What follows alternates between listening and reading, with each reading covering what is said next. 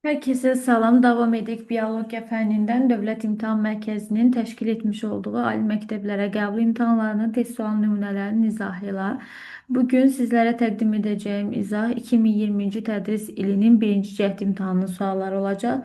İlk sualımızla başlayaq. Birinci, heyvan hüceyrəsində hansı orqanoidində zülal mənşəli hormonların sintezi gedə bilər? Ümumiyyətlə, zülal sintezi ribosomda gedə bilər. Dənəvər endoplazmatik şəbəkənin membranı üzərində olan ribosomda gedə bilər. Mitoxondrinin matriksində zülal sintezi gedə bilər. Xloroplastın stromasında zülal sintezi gedə bilər.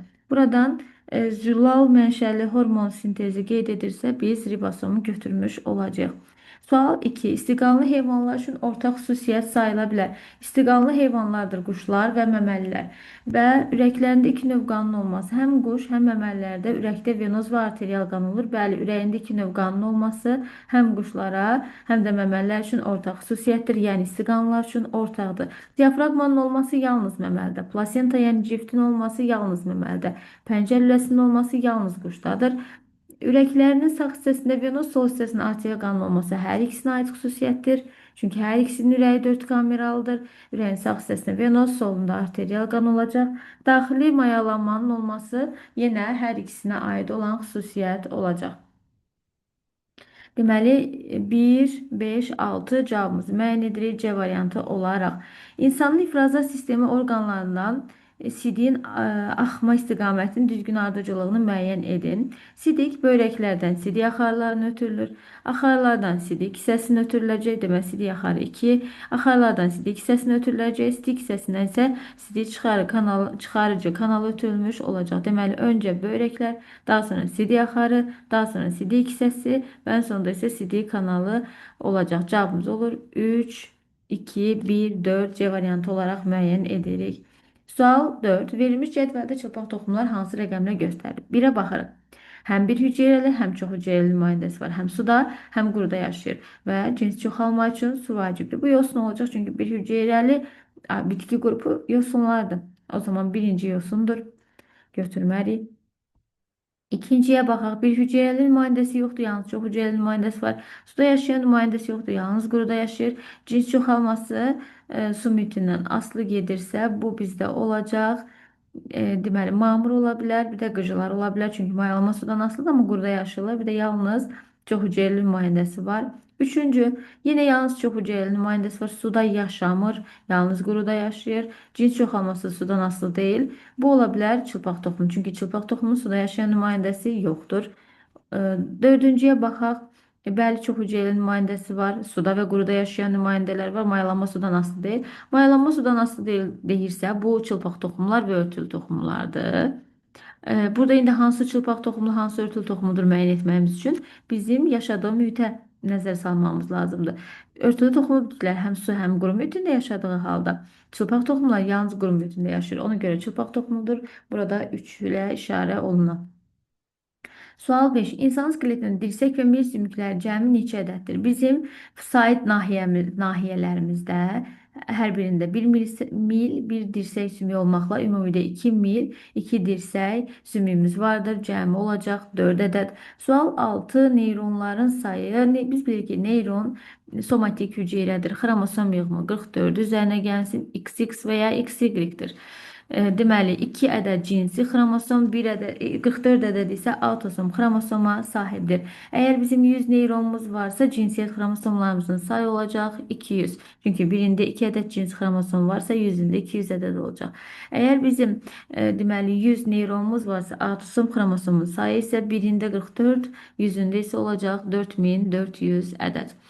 Davam edirik X ilə. Deməli, cinsiyyət xromosomlarının sayını 100 verib. Əgər bir neyronda 2 cins xromosom varsa, deməli, X qədər neyronda da 100 cins xromosom olur. Demək ki, bizim neyron sayımız 50-dir.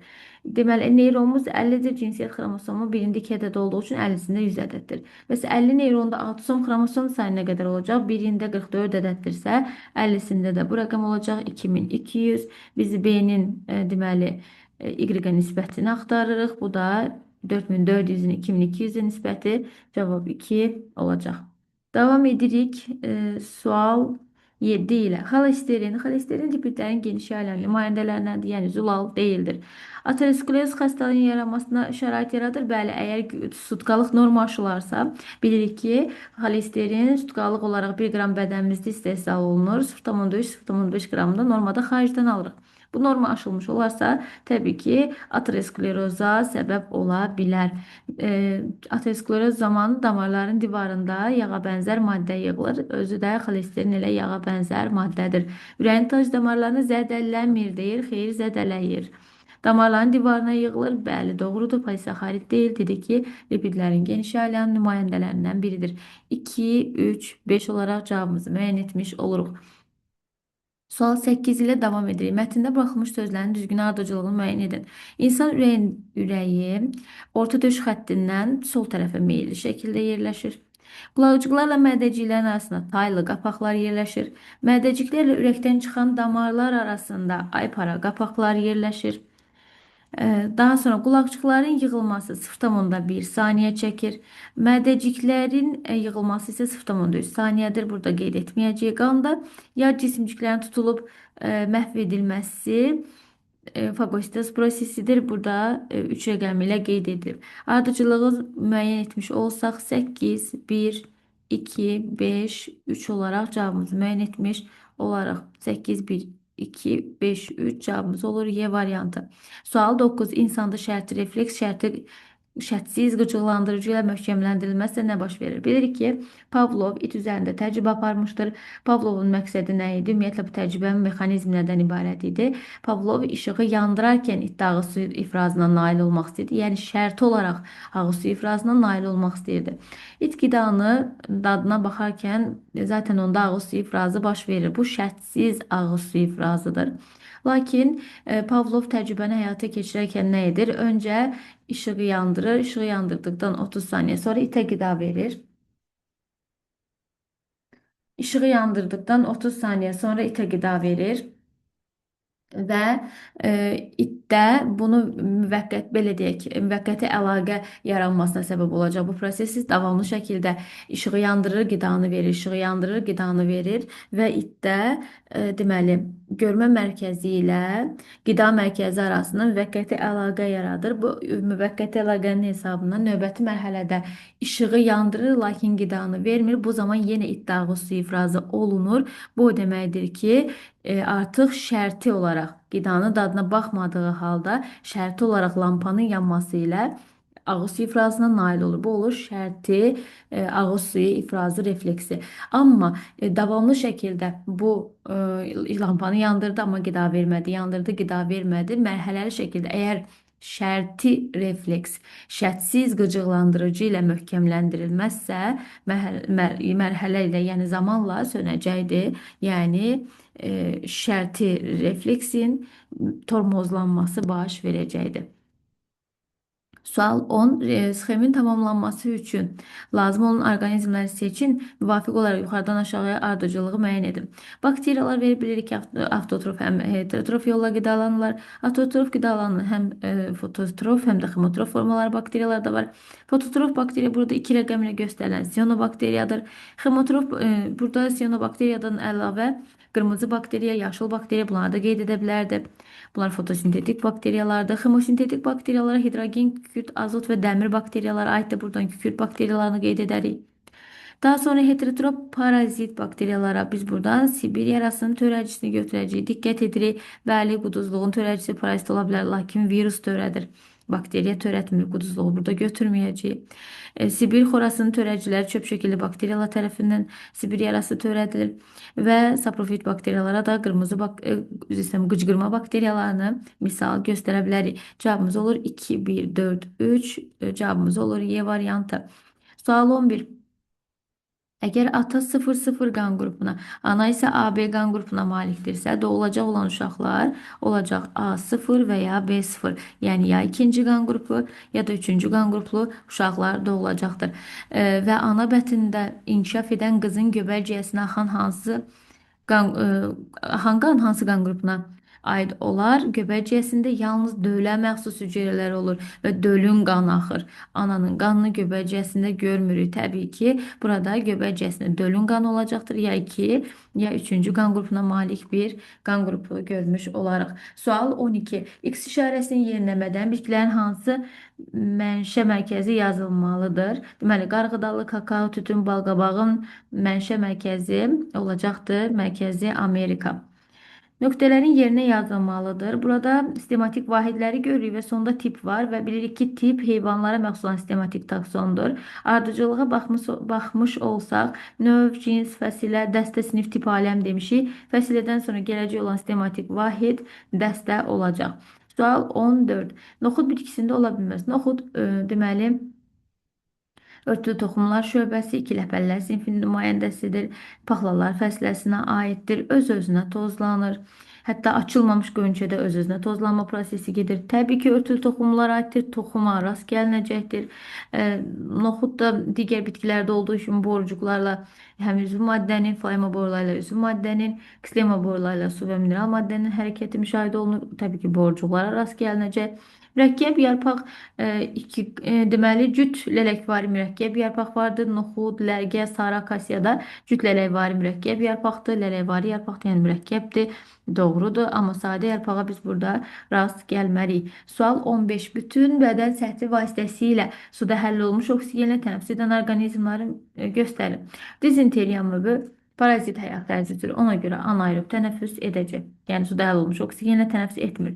Volvox bəli bir hüceyrəlidir. Bütün bədən səthi ilə infuzor təli bəli suda həll olmuş oksigenlə bir hüceyrəlidir deyə bütün bədən səthi ilə suda həll olmuş oksigenlə tənəffüs edəcəkdir. Malyariya paraziti deməli parazitdir, anaerob olacaq. Sonra Adəmö bütün bədən səthi ilə suda həll olmuş oksigenlə tənəffüs etmiş olar. Cavabımız olur 2, 3, 5. C variantı olaraq müəyyən edirik. Sual 16. Şəkildə göstərilən heyvanın aid olduğu sinfi nümayəndələr üçün hansı doğrudur qeyd edir.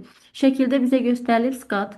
Skat deməli balıqlar sinifliyinin qığırdaqlı balıqlar sinfinin nümayəndəsidir. Sümük skeletə malik deyildir. Qəlsəm və qapaqları yoxdur. Bəli, bunlarda qəlsəmə qapaqları deyil, 5-7 cüt qəlsəmə yarıqları vardır. Qəlsəmə qapaqları sümüklü balıqlara aiddir.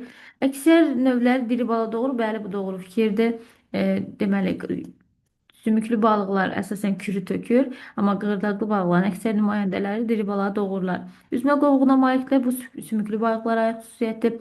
5-7 cüt qəlsəmə yarıqlarının olması bu qığırdaqlı balıqlara aiddir. Bədən səthi sümük pulcuqlarla deyil, bu qığırdaqlı balıqdır. Sümük pulcuq burada olmayacaq. Cavabımız olur 2, 3, 5, B variantı olaraq müəyyən edirik. Sual 17. Rəngli suya qoyulmuş ağac budağının eninə kəsinə baxdıqda onun müəyyən hissəsinin boyandığını görmək mümkündür. Rəngli su budağın hansı hissələrini boyayır və boyaq maddəsi şərti olaraq hansı maddələrə əvəz edir? Burada suyun oduncaq boruları ilə su və mineral maddələrin deməli oduncaq boruları ilə, yəni su boruları ilə hərəkəti nümayiş etdirilmişdir. Yəni biz burada oduncaqda su və mineralın hərəkətini görürük. Oduncaq deməli boyanan hissə oduncaq borular olacaq. Oradakı boyaq maddəsi də su və mineral maddəni təmsil etmiş olur. Davam edirik sual 18 ilə. Vizual sintezin mərhələləri bizə təqdim edilir. Transkripsiya və translyasiya. Bilirik ki, transkripsiya zamanı DNT-dən məlumat RNT-yə kopyalanır. Translyasiya zamanı isə məlumat RNT-də olan deməli informasiya ardıcılığı, yəni nukleotid ardıcılığına əsasən amin turşular nəqliyyat RNT-lər vasitəsilə gətirilib ribosoma birləşdirilmiş olur. Deməli, transkripsiyada DNT-dən məlumat RNT-yə kopyalanır. DNT-nin 4 növ nukleotidi, RNT-nin 4 növ nukleotidi var və azotlu əsasa da baxsaq, əgər həm DNT, həm RNT-ni biz birgə görürüksə, o zaman 8 növ nukleotid, 5 növ azotlu əsas orada iştirak edir deməkdir. 5 növ azotlu əsas iştirak edirsə, bu transkripsiyadır. Transkripsiyada yalnız RNT-nin növləri olacaq, amma transkripsiyada həm DNT, həm RNT var. 5 növ azotlu əsas transkripsiyaya aid olacaq. Prokaryotlarda sitoplazmada gedir. Biz bilirik ki, transkripsiya prosesi nüvədə gedə bilər. Sonra xloroplastın stromasında, mitoxondrinin matriksində transkripsiya prosesi gedə bilər. Bir də əgər ki, bu strukturlara sahib deyilsə bir orqanizm, sitoplazmasında transkripsiya prosesi gedə bilər. Ona görə də Biz bilirik ki bakteriyalarda nüvə yox, mitokondri yox, plastid yox. O zaman bunların həm transkripsiya, həm translyasiya prosesi sitoplazmada getmiş olacaq. Amin tuşlar bir-birinə birləşir. Dedi ki, məlumat RNT-nin kopyalanması, DNT-dən məlumat RNT-nin kopyalanması, yəni polinukleotit sintezi transkripsiyada gedir. Polipeptid sintezi isə, yəni amin tuşlara nəzərən amin tuşlar birləşərək zülal yaratması polipeptid zəncirin sintezidir. Bu isə translyasiyada getmiş olacaq. Xloroplastlarda baş verir. Biz bilirik ki, xloroplastın stromasında ribosom, DNT, RNT-yə rast gəlinir. Harda DNT varsa orada transkripsiya prosesi gedə bilər. Harda ribosom varsa orada translyasiya prosesi gedər. Ona görə də xloroplastlarda baş verər. Doğru fikirdir. Yəni bu ortaq fikirdə hər ikisinə aiddir. Polinukleotit sintezi dedik ki, məlumat RNT polinukleotitdir və polinukleotit sintezi transkripsiyada baş verdi. Ribosomun iştirakı ilə gedən proses isə translyasiya olacaqdır. Çünki amin tuşlar nəqliyyat RNT-lər vasitəsilə məlumat RNT-dəki ardıcılığa müvafiq olaraq gəlib ribosoma birləşirlər və ribosomun funksional mərkəzində aktiv olaraq zülal sintezi getmiş olur. 1-ə 1, 5, 2-yə 2, 4, 3-ə 3, 6 olaraq cavabımızı müəyyən etmiş oluruq. Sual 19. Mozalanlar cüclərin hansı dəstəsinə aiddir? Mozalanlar cüclərin ikiqanadlar dəstəsinə aiddir. Milçək, sonra ağcaqanad, göyün, mozalan bunlar eyni dəstənin nümayəndələridir. Sual 20. Cinsiyyət xromosomlarının sxeminə əsasən atanın hansı genlərində baş verəcək mutasiya yalnız oğlan uşaqlarına ötürülə. Bilirik ki, ata öz qızına X-ını, öz oğluna isə Y-ını verə bilər. Burada biri hər ikisinin üzərində görürüksə, həm oğula, həm qız ötürülə bilir. 3-ü hər ikisinin üzərində görürük deyə həm qıza, həm oğula ötürülə bilir. 2, 4 yalnız qızına ötürülə bilir. 5, 6, 7 isə yalnız oğluna ötürülə bilir. Bizə oğlana ötürüləni soruşduğu üçün cavabımızı C variantı olaraq müəyyən edirik. Sual 21. Aşağıdakı yetkin heyvanlardan hansının skeleti canlı toxumadan yox, üzü maddədən təşkil olunmuşdur? Burada diqqət edirik ki, göyərçin, tısbağa, skat, neştərçi bunlar daxili skeletə malikdir. Göyərçin, tısbağada sümük skelet, skatda qığırdaq skelet, neştərçidə isə xorda vardır. Bunlar hamısı canlı maddələrdir. Lakin may böcəyində isə xarici skelet xitindir və üzvü maddədən təşkil olunmuşdur.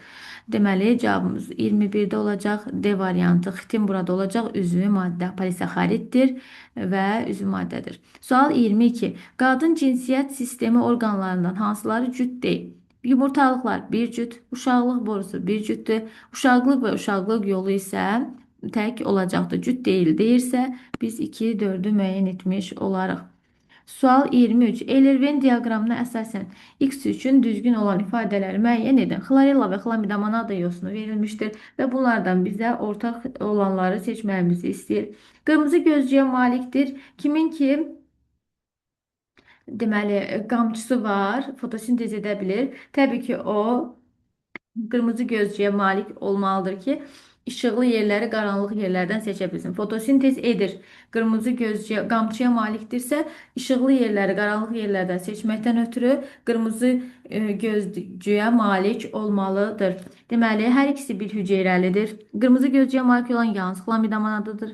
Bir hüceyrəlidir. Hər ikisi yığılıb açılan vakol xlamidamanada var. Avtotrof yolla qidalanır. Bu, hər ikisinin ortaq xüsusiyyəti olacaq. Xlorofilə malikdir, xromatofora malikdir, fotosintez edirlər. Əlverişsiz şəraitdə cinsi yolla çoxalan xlamidamanadadır, xlorella cinsi çoxalmır. Qamçıların köməyi ilə hərəkət edən yenə xlamidamanada olacaq. Ortaq xüsusiyyəti bizdən istəyir, cavabımızı 2, 4 olaraq müəyyən etmiş olarıq. Davam edirik 24-cü sualımız ilə. Qaraciyər sorucusunun hansı inkişaf mərhələləri parazitlik etdiyi orqanizmin bədənində əmələ gəlir? Qaraciyər sorucusu yastı qurdlar tipinin sorucu qurdlar sinifinin nümayəndəsidir və deməli biohelmint canlılara aiddir. Canlıdan canlıya sahib dəyişir. Əsas sahibi İnsan və qaramal, aralıq sahibi isə gölməçi ilbizidir. Deməli, əsas sahibin yetkin fərd hansı sahibdə yaşayırsa olur əsas sahib və yetkin fərd hansı sahibdə yaşayırsa, hansı orqanda yaşayırsa elə orada da cinsi çoxalacaq. Yetkin fərd yaşayır insanın və ya qaramalın qaraciyərində və ora yumurtalarını qoyur və mayalama prosesi necə gedir? Bir fərdin olması mayalamaq üçün kifayət edir. Deməli, özünün toxumluqlarındakı spermatozoidlə özünün yumurtaqlarındakı yumurta hüceyrə mayalandırmış olur. Mayalamış yumurta hüceyrə yarandı və yumurtalar qaraciyərə qoyulur. Qaraciyərdən ö daxarlar vasitəsilə nazik bağırsağa gəlir. Nazik bağırsaq, yoğun bağırsaq, düz bağırsaqdan xaric oldu və yumurtalar düşür mühitə. Bu yumurtalardan kirpikli sürfənin çıxması üçün mütləq su lazımdır. Kirpikli sürfə deməli xarici mühitdə suda çıxmış olur. Yumurta əsas sahibin bədənində oldu. Əsas sahibin deməli qaraciyərində oldu. Qoyuldu yumurtalar. Kirpikli sürfə demək, xarici mühitdə suda inkişaf etmiş oldu. Bizdə sahibin bədənində inkişaf əmələ gələnləri soruşur. Ona görə bunu götürürük, bunu götürmürük. Sahibin bədənində əmələ gəlir deyil. Kirpikli sürfə xarici mühitdə suda inkişaf etdi, amma yumurta əsas sahibin bədənindədir. Kirpikli sürfə isə suda. Quyruqlu sürfə ilbizin bədənində, yəni aralıq sahibin bədənində inkişaf etmiş olacaq. İlbiz, yəni aralıq sahibdə. Yumurta isə qaramal və ya insanın qaraciyərində idi. Aralıq sahibini götürdü. Sista xarici mühitdə olacaq. Deməli, necə oldu? Yumurta xarici mühitə düşdü. Yumurtadan kirpikli sürfə çıxdı. Həmin o kirpikli sürfə suda inkişaf etdi. Kirpikli sürfə ilbizin bədəninə daxil olur. İlbizin bədənində çoxalır, qidalanır, quyruqlu sürfələr əmələ gəlir və quyruqlu sürfə halında ilbizi tərk etmiş olur. Deməli, quyruqlu sürfə sonra düşdü mühitə, otların üzərinə yapışır, sistaya çevrilir. Deməli, sista xarici mühitdə inkişaf etdi. Qaraciyər sorusu finna əmələ gətirmir, ona görə götürməyəcək. Yetkin fərd mərhələsi isə deməli qaraciyərində olacaq əsas sahibin. 1, 3, 6 bunlar sahiblərinin bədənində inkişaf edən mərhələlərdir. Sual 25. Üçrəy bənövşənin toxumunun hansı hissələrinin hüceyrələrində ana fərdin irsi əlamətləri üstünlük təşkil edir? Biz demişdik ki, toxum ibarətdir qabıq, rüşeym və endosperimdən. Endosperim necə yaranır? Mərkəzi hüceyrə üzərinə gəlsin, sperm. Rüşeym necə yaranır? Yumurta hüceyrə üzərinə gəlsin, sperm. Qabıq yalnız dişinin xüsusiyyətini daşıyır, çünki yumurtacığın divarından yaranmış olur, yalnız dişinin xüsusiyyətini daşıyır. Rüşeym hissələri hansılarıydı? Rüşeym kökçüyü, rüşeym gövdəciyi, rüşeym tumurcuğu, bir də ləpə yarpağı. Ləpə yarpağı miqdarına görə də bir ləpəli, iki ləpəli olurdu bitkilər. Deməli, bunlar hamısı rüşeymlə inkişaf edir, yəni ziqotdan inkişaf etmiş olurlar. Ona görə yarısı ananın, yarısı atanın xüsusiyyətini daşıyır. Əgər bizə desə ləpə yarpağı 2də 1 atanın, 2də 1 ananın xüsusiyyətini daşıyır, üstünlük təşkil etmədi ananın xüsusiyyəti. Kökçü yenə rüşeymin hissəsidir, 2-dən 1 atanın, 2də 1 ananın xüsusiyyətini daşıyır. Əgər söhbət endospermdən gedirsə, endosperm mərkəzi hüceyrə üzərinə gəlsin, spermdir. Mərkəzi hüceyrə deməli 2 pay ananın deməli xüsusiyyətini daşıyacaq, yəni 2n anadan gəlmiş olacaq. N isə atadan, ümumilikdə 3n endospermin 3-dən 2-si ananın, 3-dən 1 atanın xüsusiyyətini daşıyır. Yəni ananın xüsusiyyətləri üstünlük təşkil etdi. Toxum qabığı isə yalnız ananın xüsusiyyətlərini daşıyır. Ona görə də yenə üstünlük təşkil etmiş olacaq ananın xüsusiyyəti. Cavabımız olur 1, 3. Sual 26. Əgər bişmiş kələmdə 1600 qram milliqram B qrupu vitamini qalbsa, bilirik ki, bitki mənşəli qidalar qaynadılarkən, bişirilərkən tərkibində olan B qrupu vitamini 20% itirir. Əgər 20% itirirsə, qalan bizdə 80% olacaqdır. 80% 160 olan ədədin 100% nə qədərdir? Bunu müəyyən edəcəyik. Bu da səhv etmirəmsə 200 milliqram etmiş olacaq. Cavabımız olur 200 milliqram. Sual 27. Uyğunluq sualımıza nəzər yetirək. Hərəkət verici və stabilləşdirici seçməyə uyğun olan xarakteristikaları müəyyən etmiş olacaq. Əlamətin orta həddini saxlayır. Orta həddi saxlayan, orta göstəricini qoruyan stabilləşdirici seçmədir. Orqanizmlərin dəyişən mühit şəraitinin uyğunlaşdırılmasını təmin edən, yəni yeni əlamətlər qazanmasını təmin edən hərəkət verici seçmədir. Əlamətlərin orta həddən kənara çıxanlarını saxlayan yeni hərəkət verici seçmədir. Orta həddi qoruyan stabilləşdiricidir. Orta həddən kənara çıxanlardan faydalı əlamətləri saxlayan isə olacaqdır hərəkət verici. Orqanizmlərin çoxşəkilliyin artmasına səbəb olan yenə hərəkət verici olacaq. Relikt canlıların uzun müddət dəyişməməsi, yenə stabil qalması deyilsə, bu da olacaq stabilləşdirici. Deməli, 1-ə B, C, D, 2-yə A, Y cavabımızı müəyyən etmiş oluruq. Keçirik situasiya mətnimizə. Deməli, bizə nə verir? Nigah öncəsi gənc qız və oğlan tibbi müayinədən keçirirlər. Müayinə nəticəsində məlum olur ki, qız daltonizm genini daşıyırsa, oğlan isə sağlamdır. Biz bilirik ki daltonizm X xromosomu ilə ötürülən, yəni cins xromosomu ilə ötürülən resessiv gen xəstəliyidir. Deməli, bu xəstəyə hansı xromosomla ötürüləcək? Deməli, X cinsi xromosomlarla ötürülmüş olacaq. Sual 29. Daltonizm xəstəliyinin onların övladlarında çıxa bilməsi ilə əlaqədar həkim bu cütlüyə hansı məlumatı bildirməlidir? Deməli, cütlükdə necə idi? Qız daltonizm daşıyıcısıdır. Yəni qızın genotipi 29-cu sualımız üçün yazaq. Qızın genotipi olacaq X böyükdür, X kiçikdir. Çünki qız daşıyıcıdır. Oğlan isə sağlamdır, X böyükdür. Y deməli genotipinə malikdir. Və bunların ailəsində dünyaya gələ biləcək uşaqların genotiplərini müəyyən etməliyik. Bunda Pennet cədvəli quraraq yazaq.